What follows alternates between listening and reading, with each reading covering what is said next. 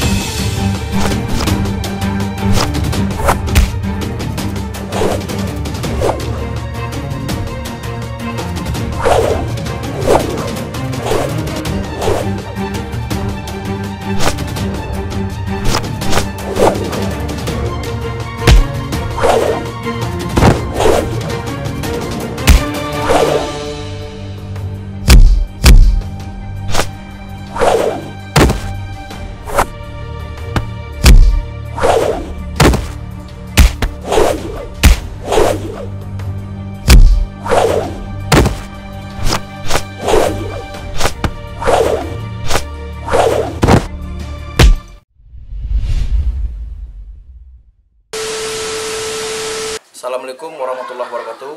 Kali ini kita diberi kesempatan untuk mewawancarai sepuh dari silat Camar Putih yang berada di Sumbar. Kebetulan kita berada di rumah Bapak Idris. Beliau ini adalah Ketua Dewan Guru Perguruan Camar Putih. Sebelum kita mewawancarai beliau atau mewawancarai ekseklusifnya, jangan lupa subscribe channel kita, like and comment. Oke? Ikuti terus Sultan Sumatera Channel. Kita pengen tahu nih Pak, gimana nih sejarah dari perguruan silat yang ada di Sumatera Barat sekarang ini. Nah, untuk Bapak sendiri telah melalang buana untuk mengajarkan silat di mana-mana. Silat ini tahun berapa sih adanya atau mulai berkembangnya di Indonesia? Kalau sejarah silat berkembang untuk Indonesia, kalau setahu Bapak silat itu dua. Ada silat tradisional, ada silat nasional. Kalau di silat internasional mulai berkembangnya tahun 80-an. Silat nasional namanya kan. Sedang terbentuklah kejuaraan PON. Sebelum itu tuh ada silat festival. Seluruhnya di Indonesia ini punya silat festival semuanya. Ada silat Nusantara, Jawa Barat, ada perguruan Jawa Barat, Cimande atau dari Betawi kan, Pasundan dari Jawa Barat kan gitu. Sumatera Barat tuh yang paling tren nama silat 4. Yang pertama itu silat pauh. Yang kedua silat Bukit Tinggi. Silat Tuo, Bukit Tinggi. Yang ketiga silat Pariaman tuh Langkah Tigo atau Sungai Pagu, boleh dikatakan silat Sunu. Silat Sunu. Nah, itu kalau di Pariaman. Kalau di Batu Sangkar. Kalau Batu Sangkar itu namanya silatnya Kumango. Mulai dari Batu Sangkar sampai Padang Panjang tuh induknya itu Kumango. Silat kalau di Payakumbuh Starla. Starla. Jadi Payakumbuh punya Starla. Bukit Tinggi punya silat Tuo, gantung silat Tuo. Kalau di Pariaman punya Langkah Tigo, Sungai Pagu. Dicampur dengan Sunu. Kalau Padang trennya pauh. Langkah hampe. Ya. Kalau dari Batu Sangkar itu namanya Kumango. Itu yang saya tahu Bapak sejarah silat dulu. Tapi kalau kita mulai dari Sumatera Barat, dulunya ke Minang. Minangkabau dulunya. Sebelum ada Sumatera Barat, Minang yang didahulukan. Nah, jadi kalau kita baca sejarah mungkin sudah berabad-abad. Nah, itu perlu penggalian lebih dalam lagi untuk mengenai sejarah silat yang ada di Sumatera Barat. Di zaman kerajaan kita udah ada silat. Nah, belum dijajah kita silat sudah ada. Nah, mungkin itu sementara dulu. Oke Pak. Sekarang ini Pak Idris kan dikatakan sudah menjadi sepuh dari mengajarkan silat. Di antara pesilat-pesilat yang telah Bapak ajarkan ini, prestasi yang paling tinggi dan paling membanggakan yang pernah didapat sama Bapak dan murid-murid apa itu Pak? Yang mana ini, atau perguruan atau Sumatera Barat? Sumatera Barat. Kalau Sumatera Barat alhamdulillah pernah latihan sama Bapak, perguruan tangan emas, Saripal namanya, itu sudah juara 1 di dunia. Wih. Murid Bapak si Muasri juara 2 di tingkat dunia di Singapura. Pak Muasri ya? Ya. Oh, itu mantap. invitasi dunia. Iya. Sebenarnya dia juara di Indonesia. Kebetulan lawan Jawa Barat tuh Dani Wisnu sudah jadi pelatih di Jawa Barat.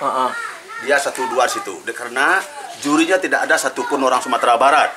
Ya. Sehingga Muasri juara 2. Yang juara 2 dikirim invitasi dunia, yang juara 1 untuk SEA Games. Iya. Nah, itu saya berani mengatakan karena saya yang datang ke situ, ke Platnas untuk menghadiri. Iya. Si Muasri dengan Dani Wisnu. Itu nama itu sudah tren namanya itu si Dani Wisnu itu di Jawa Barat. Jawa Barat. KIG namanya itu kan. KIG. Cuman gini Pak, mungkin dari yang Bapak katakan tadi, pernah Bapak bilang apa tadi namanya, semacam perguruan silat harusnya Kanda kita Musri yang harus main ke tingkat itu. Mungkin dari perkataan Bapak tadi ada rasa kecewa terhadap mungkin mekanis dari pertandingan atau pengurusan. Kecewa apa kira-kira Pak? Saya melihat ini seperti itu tadi gitu loh. Ya, sebenarnya bukan kecewa, itu sudah tren. Ya. Nah, seluruhnya bukan silat saja, apa saja cabang olahraga pasti ada rasa kecurigaan itu bagi yang kalah. Betul. Nah, itu tidak dimungkiri itu kan. Ya. Tapi namun demikian kita sebagai orang silat tetap menerima dengan ikhlas. Sebab silat itu silaturahim, silaturahmi. Iya. Kita terima apa adanya. Itu sebenarnya. Tapi kalau kita gali lebih dalam, itu pasti ada kekecewaan. Kenapa orang daerah tidak bisa mencapai juara 1 sedangkan dia layak untuk juara 1? Tapi itulah tadi. Nah, dipimpin oleh juri kan, tapi bukan menyalahkan juri, tapi dari sudut pandang itu juri itu kan berbeda-beda. Mungkin itulah makanya antara pelatih dan juri itu tidak sinkron. Itulah penyebabnya. Padahal juri itu berdasar dari perguruan. Nah, tapi kadang-kadang itu masih dipandang atribut, ya kan? Dipandang atribut sehingga ada yang tidak pas menjadi pas. Tapi Bapak bukan kecewa masalahnya, itu sudah terbiasa itu. Apa saja olahraganya pasti ada. Betul. Bukan silat saja. Betul. Itu udah permainan si A dan si B lah Pak ya. Nah, itu. Cuman ada satu lagi Pak yang menarik untuk kita telisik, yaitu filosofi dari silat ini apa sebenarnya yang terkandung hebat gitu loh. Sampai orang dunia atau orang mancanegara itu pengen belajar tentang silat. Filosofi apa itu Pak? Kalau sebagai Bapak orang silat, sebenarnya kita kan tidak boleh pula mengatakan silat itu lebih bagus. Silat itu silaturahim, silaturahmi. Tapi faktanya, makanya menarik orang luar belajar silat dengan orang Sumatera Barat, khususnya Indonesia. Kelebihan silat itu adalah sopan santunnya, tertib. Nah, tadi sudah dilihat tadi kan, baru masuk ke lapangan, salam semuanya sama guru atau orang lain. Siapapun lebih tua, itu disalami seluruhnya. Itulah hormat silat. Sebab silaturahim, silaturahmi. Silat itu bukan dibanggakan sopan santun. Anak-anak yang belajar silat di perguruan apa saja, itu yang dibentuk itu adalah karakter. Kebiasaannya seperti apa dengan orang tuanya, bergaul sama kadang seperti apa. Itu yang dibentuk dari perguruan masing-masing itu. Itu yang silat. Itu makanya tarik orang luar sama silat itu. Saya rasa itu. Ya gini Pak, sekarang ini kita telah melihat ke dunia entertain. Dunia entertain sendiri cenderung sekarang ini pakai aktor laga itu pasti yang berilmu silat. Contohnya kayak Iko Uwais, kayak Kang Asep. Nah rata-rata mereka belajar silat itu saya lihat cukup mapan lah, cukup mantap.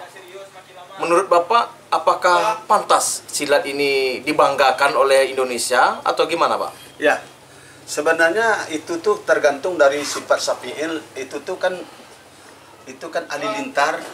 Kalau seandainya dia masa ilmu silat atau batinnya itu tergantung dari nawaitumnya, penerimaannya, kebersihan dirinya tuh.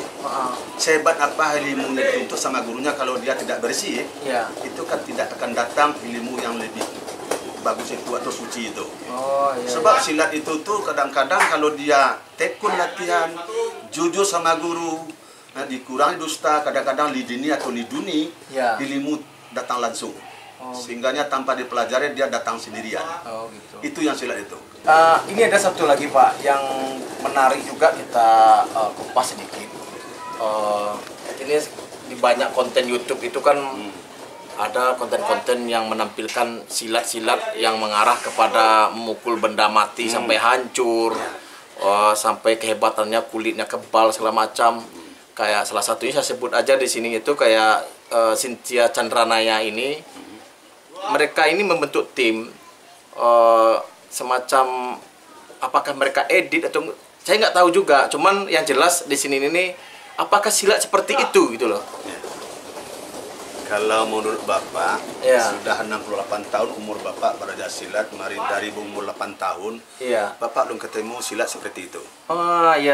Silat itu tidak boleh dibanggakan, tidak boleh menakuti, tidak boleh sombong, tidak boleh nilai jualnya bukan kayak gitu. Betul. Silat itu tuh mungkin dalam, mungkin rendah hati, mungkin diam, sehingga itulah makanya dunia tertarik dengan silat.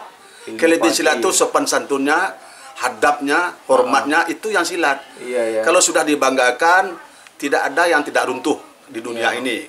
Kalau kita mengatakan kalau ini patah, kalau ini jatuh, kalau ini roboh, itu bukan silat. Silat itu adalah kalaulah Tuhan menghendaki dia bisa. Jadi makanya silat itu tidak boleh sombong, tidak boleh menakut-nakuti. Silat itu tokoh royalitas, itu yang silat.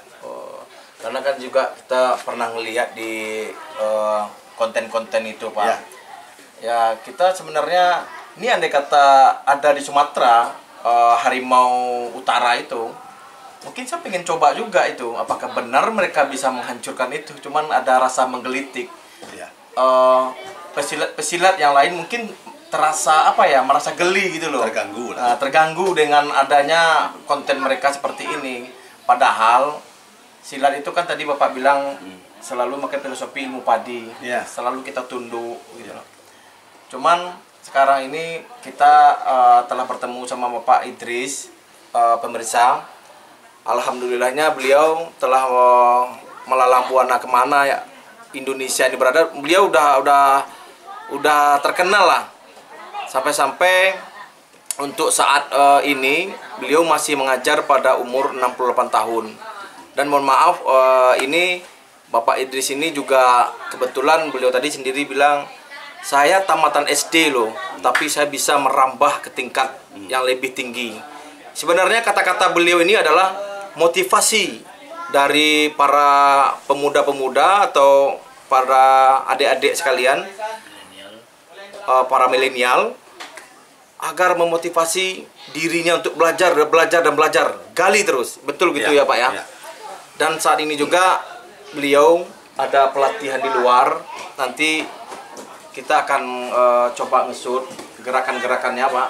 Kalau bisa nanti ajarkan juga kami tentang gerakan untuk membela diri atau gimana Pak. Saya bersyukur bertemu Bapak. Sebenarnya beliau ini masih ada hubungan saudara sama saya. Saya ini anaknya beliau. Tapi yang jelas udah hampir 38 tahun, 35 tahun saya nggak pernah ketemu juga sama Bapak itu. Tapi alhamdulillah sekarang ketemu. Oke Pak, nanti kita ada sedikit yang tertinggal. Bapak tadi belum sampai menyampaikan apa prestasi Muasili itu sebagai murid Bapak. Kalau di perguruan Camar Putih itu dia pimpin perguruan. Iya betul. Pimpin perguruan sampai saat sekarang dia tetap aktif di perguruan. Ditambah Endrizal, sekarang dia asisten 2 di Kota Padang. Itu murid Pak Idris Camar Putih, itu kebetulan dia ketua 1 di Sumatera Barat di perguruan Camar Putih. Mantap. Di tangan beliau lah kini Camar Putih itu akan berkembang. Insya Allah, amin. Muasili dengan Endrizal itu. Keinginan Pak Idris sendiri untuk Camar Putih Kota Padang saat ini yang pernah kita dengar dari beritanya itu kurangnya fasilitas dan kurangnya vitamin dari pemerintah. Gimana, Pak? Sebenarnya itu pertanyaan luar biasa. Silat itu tidak ada berlebihan. Kalau ada perhatian tetap diterima dengan syukur alhamdulillah. Tapi kalau soal kebutuhan kekurangan sangat jauh kekurangan. Betul. Makanya di Sumatera Barat itu bukan kalah bersaing kita dengan orang luar, karena kita masih kurang fasilitas. Masalah gizi oke lah, tidak masalah. Tapi kebutuhan latihan sangat minim di Sumatera Barat untuk cabang olahraga pencaksilat. Contohnya masalah pitching masih kurang, masalah body masih kurang, masalah matras masih kurang. Contohnya sudah 4 cabang camar putih di Sumatera Barat cuma ada 1 matras. Kadang-kadang bersama-sama latihan gabung baru bisa pakai matras.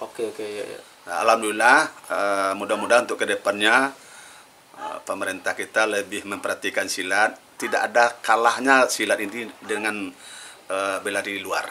Saya yakin itu. Sebab saya bukan mengatakan lebih. Alhamdulillah sampai saat sekarang dari tahun 80-an sudah banyak orang luar latihan sama saya, sama Bapak Idris. Sudah lihat tadi itu kan, ada dari Panama, ada dari Prancis, ada dari Swedia, malah dari Singapura sampai sekarang masih latihan sama Pak Sizul, namanya tuh Seliang Pandang, nama berguna Singapura. Kalau ada acara tuh dia datang ke sini itu. Itulah kekuatan silat itu, hubungan silaturahmi dunia tuh. Tapi tadi sudah bilang kalau kondisi Bapak itulah orangnya. Kenapa dikatakan minder? Tidak, cuma dihukum dengan ilmu kampusnya terbatas. Tapi kalau ilmu silatnya pernah ada Zulman dosen Hikik pernah mengatakan di forum, Bapak Idris tuh coba lihat itu di saat penataran Kota Padang di tahun 90-an kan. Lihat Bapak Idris itu kalau sekolahnya tidak tamat, saya tahu Bapak sama Bapak itu. Tapi kalau dia silat, dia dosen luar biasa. Saya mengatakan dosen silat yang mengatakan tuh dosen pula itu. Nah, bukan saya lebihan tidak tuh faktanya itu. Tapi namun demikian sampai saat sekarang Bapak masih merunduk. Apa yang dibanggakan oleh silat ini? Cuma silat ini amanah. Nah, kita hajar anak-anak kita dengan baik, kita bentuk karakternya, kita didik baik-baik, mudah-mudahan nanti menjadi orang berhasil di cabang silat. Tapi nomor 1, sekolah tidak boleh tinggal. Mantap. Dingin. Pemirsa, kita diberi kesempatan sama guru besar dan adik-adik ini untuk Babang Haryando mencoba kemampuan atau mencoba silat ini. Mari kita ikuti dan kita lihat Babang Haryando actionnya. Oke, bro. Babang Haryando, Pak. Dari krunya tim Sultan Sumatera Channel ini diberi kesempatan untuk mempelajari silat camar putih serangan. Itu kan dari gaya ini kan bisa dikecek petinju, bisa dikecek karate. Itu kan gaya serang tuh. Itu sabit tuh kan. Kalau silat itu sabit tuh lah. Ya, mantap.